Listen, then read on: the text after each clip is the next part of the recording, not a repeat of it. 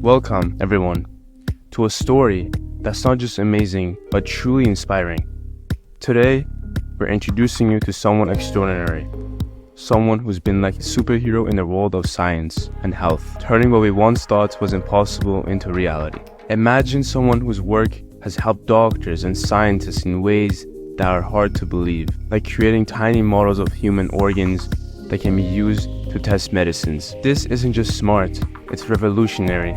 This person has written over 650 articles and has more than 115,000 people referring to his work. That's like filling a big stadium full of people all listening to what he has to say. But there's more. This amazing scientist's work is so important and so helpful that he's been given over 70 big awards from all around the world. It's like he's won the Science Olympics again and again for all his great ideas and discoveries. But what's really special about him is not just the numbers, it's about how he never stops being curious, how he always tries to learn more and do better. And he's not just keeping all his knowledge to himself, he's helping new scientists learn and grow as well. Now, here's the surprising part. Even though he's done so much, a lot of people don't know his name. His story is like a hidden treasure, not talked about as much as it should be. So, why don't more people know about this amazing person? Why isn't his story told everywhere, inspiring everyone who dreams of making a difference?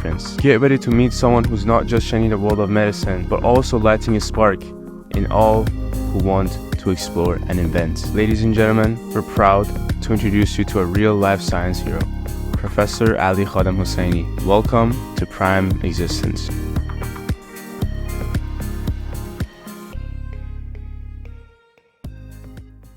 Hi, Dr. Khademhosseini. We're really excited to have you here today with us. Your amazing work has touched so many people, and we feel so lucky to be able to talk with you today. Thanks a lot for being here today. It's a true honor. Thank you, Amir. Really appreciate it. It's awesome to have you here as well. I'm super excited, particularly given our background and relations. That's amazing. Thank you so much. You moved from Iran to Toronto at a young age. Then you moved to the U.S. How was the experience for you? I think it was really awesome, just in general, because I moved over to Canada when I didn't know a word of English, so I had to learn everything on the fly. I think Toronto was the best place in the world to grow up because you get to really be in a multicultural, cosmopolitan ecosystem. Every single friend that I had was from a different country, and it really opens up your mind to a lot of different things. And then the other thing is just being able to grow up in Canada, which is a very nice, welcoming country, I think was very nice. Very interesting. Now, how old were you when you moved to I was Canada? around 11, 12 years old, yeah. Nice. Very young age. What influenced your decision to pursue a career in bioengineering and go into research after? Yeah, great question. So, like most people, I didn't really know what I wanted to do when I was even going to university. So I went to chemical engineering, not really knowing what chemical engineering even was. I was just decent in chemistry, and I had thought that engineering was something that you should do because you can get a job afterwards. So that was really like the extent of me knowing what I was going to do at university. It wasn't until the third year of my undergraduate at University of Toronto that I did a research experience over the summer, and that really opened up my eye into what science can do and how you can actually make big impact by doing scientific research. So I got really excited about it. What I was doing over that summer was to try to take pancreatic islet cells and be able to coat them with a polymer so that you can actually make them invisible to the immune system, so that if you take someone else's islet cells or potentially a islet cell from an animal, they can function inside a human for treating diabetes. So it was really, I think it was fantastic. That's incredible. Yeah, it was kind of like one of those things that uses biology and material science and engineering. So it was really interdisciplinary, which is something I really liked about it. And that got me passionate about pursuing something in science. So I wound up deciding that I wanted to do my PhD. And what happened was that I actually wanted to go to some of the universities that I wound up going to, but it didn't really work out the first time. So I actually had to continue getting better and better and better. I did my master's at University of Toronto as well. And then by that time, I was good enough that I could get admission to MIT, and that's where I did my PhD. It's wonderful. It's incredible. Could you talk about any mentors that have significantly impacted your career? Sure. Obviously having mentors is super important. It's really super, really something that you need to have growing up, and people that you can look forward to emulating, and people who you can bounce ideas off of. So at different stages of my career, I've had different people who I could count on for different things. I would say one of the main mentors that I had, besides, of course, my family, is my PhD professor. His name is Bob Langer. He's a professor at MIT, and he really opened up my eyes into what an individual can do. So he is a historic figure. He's one of the most published and cited individuals in history, and he started close to 50 companies, including Moderna. So he's made a very big impact, right? So it just kind of makes you think that you can actually do more than what you think you can do if you just kind of dedicate yourself to it and just go forward. So that was really inspirational. So Bob obviously has continued to help me throughout my career, and I've been lucky enough to pay it forward with some of my own students who I've trained over the years as well. That's wonderful. How did you meet him? So it was actually interesting. So he was already very famous by the time I went to MIT for my PhD, and I was interested in doing tissue engineering, so making artificial tissues for transplantation, and his lab is the mecca of that. So you had to go and he's the top person in that area. So I hadn't really met him until I went to MIT, but I knew of him and I really wanted to work with him. And so when I went there, the first semester or two, you don't have an advisor. You basically have to start interacting with different professors and pick an advisor. So I was fairly nervous that I wouldn't get into his lab, but I had already done quite a bit to make sure that, I go to MIT. I already had one of the Canadian fellowships that allows me to kind of release some of the burden of having to fund the full PhD student. So I was lucky enough to get into Bob's lab, and it was really fascinating environment. That's amazing. That's very interesting, yeah. Could you walk us through your transition from Harvard and UCLA to taking on a real leadership role in Omeat and the Terasaki Institute? Yeah, so I had done the academic gig for many, many years. So I was, I spent 12 years at Harvard and then a couple years at UCLA. It was really interesting while I was doing it. I really liked it. At some point, I felt that I had accomplished everything that I wanted to in those places. So I wound up kind of getting all the promotions that I was hoping to get. So at Harvard, it's a very flat pyramid. There's very few full professors, and I wound up getting all my promotions, getting a full professorship. And then I'm like, what do I want to do with the other 25, 30 years that I have left, right? So I could have just stayed in Boston and just run my lab, but I felt that I could do something different that would be more stimulating. So I came over to LA in 2017, initially to join UCLA. Pretty quickly, I thought that maybe I could do something different because it was still very much academic ecosystem.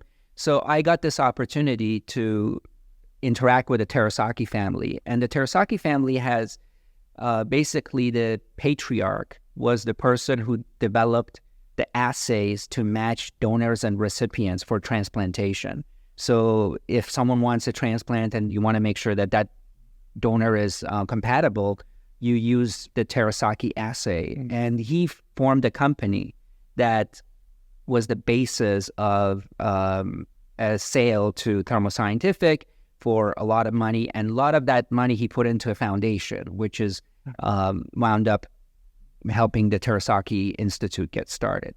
And it's been a really fun thing for the past three and a half years. I thought building something, a new initiative, and creating an ecosystem that had the best of what I had seen at different places was really fascinating. So I wound up thinking about creating a institution that focuses on taking the kind of research that we do and try to take it all the way to the real world. So, try to focus on innovation and how do we actually get real, impactful things coming out of all the stuff that we do in a laboratory. So universities are very good at education, but when it comes to actually doing innovation, there's a lot of times competing interest. It's not their main mission.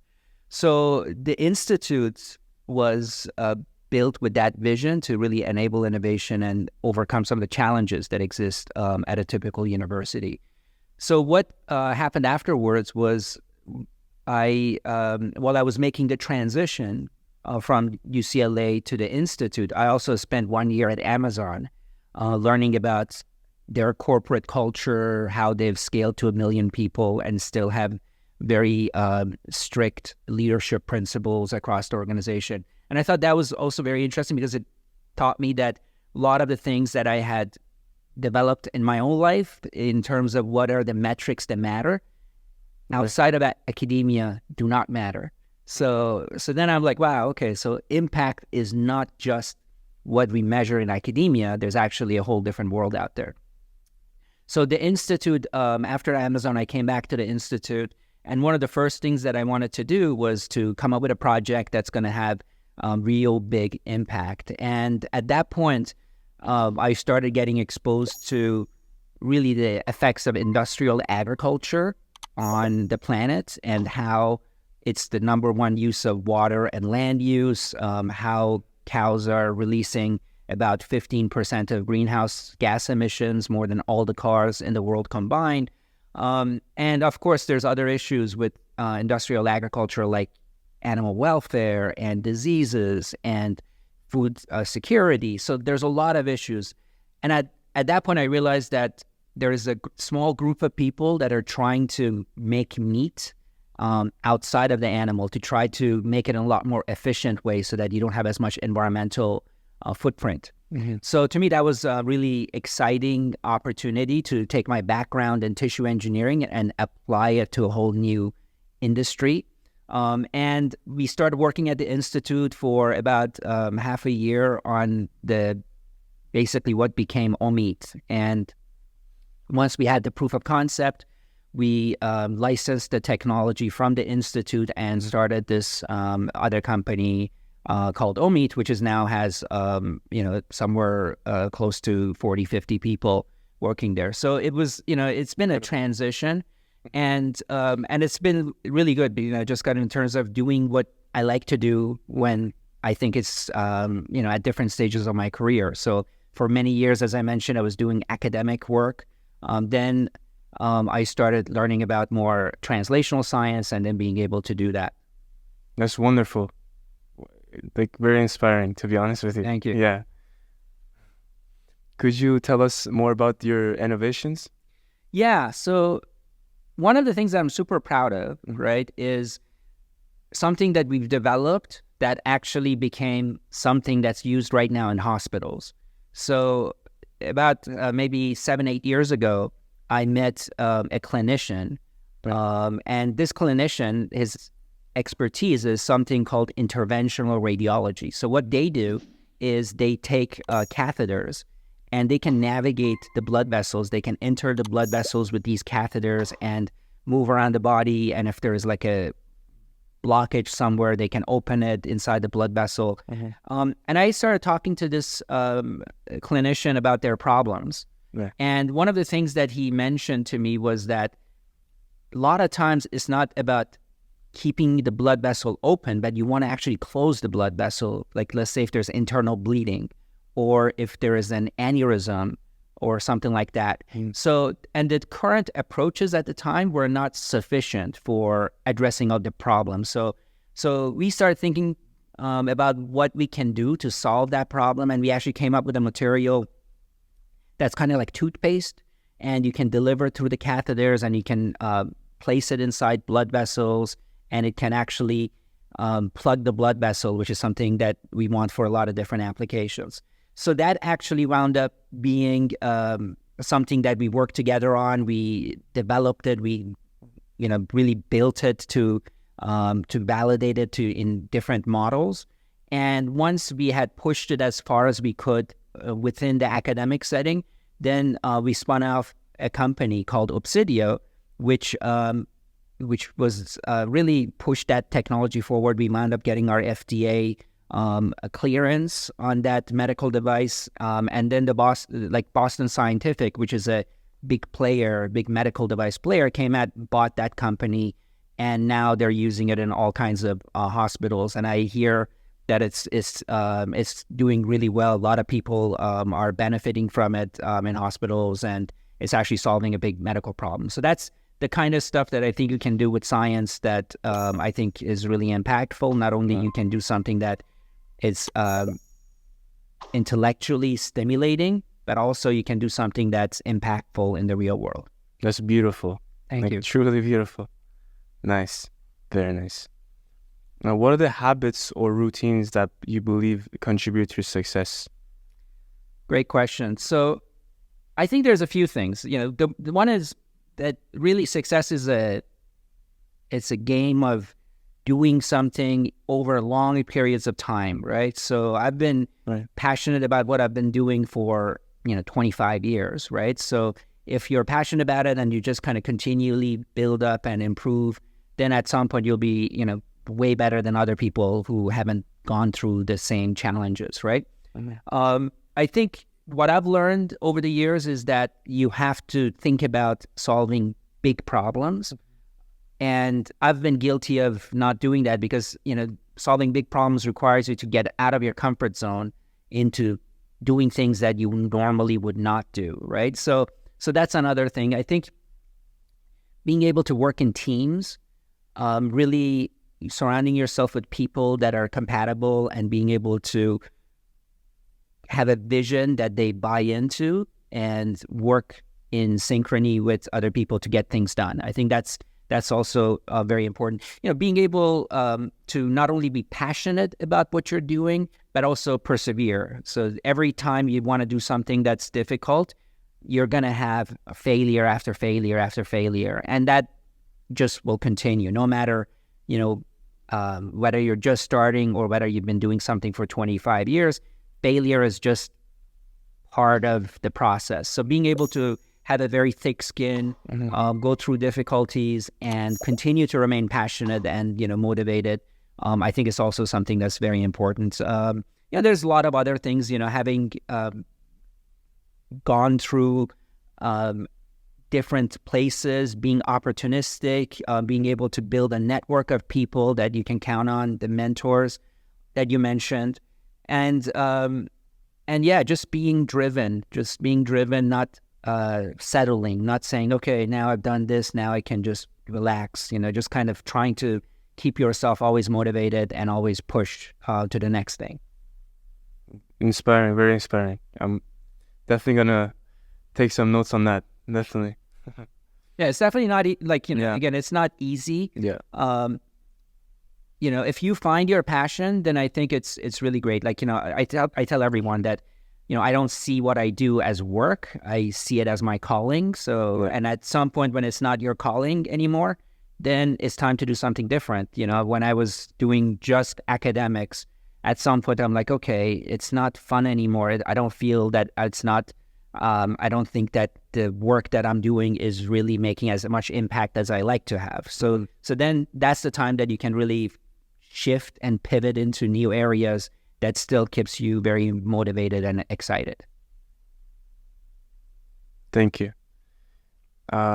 You have been cited for over 115,000 times, which is incredible, to be honest with you. What do you believe is the key to producing influential scientific research?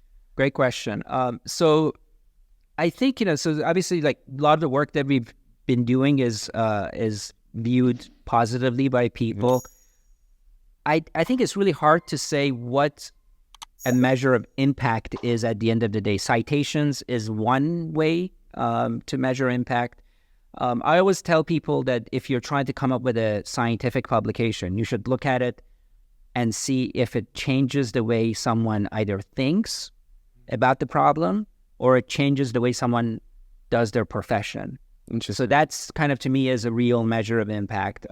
Citations and those things are always nice because, they kind of show that people have read and are, influenced by what you're doing to a certain amount. I think just being in, also just trying to do good work, being in the right scientific areas. If you're in an area that no one works on, then it's hard to get citations. Being able to work with large teams so you can actually work and get a lot of things done. If you're just doing science just by yourself, then there's just certain limits that you have, one person doing experiments and one person publishing. But if you're working with big teams, then that's also very positive. And if you're training a lot of people who go on to have their own careers and they kind of become branches of the tree that you're building, that also helps quite a bit. Mm. Very interesting. What advice would you give to the young scientists and entrepreneurs who are inspired by you?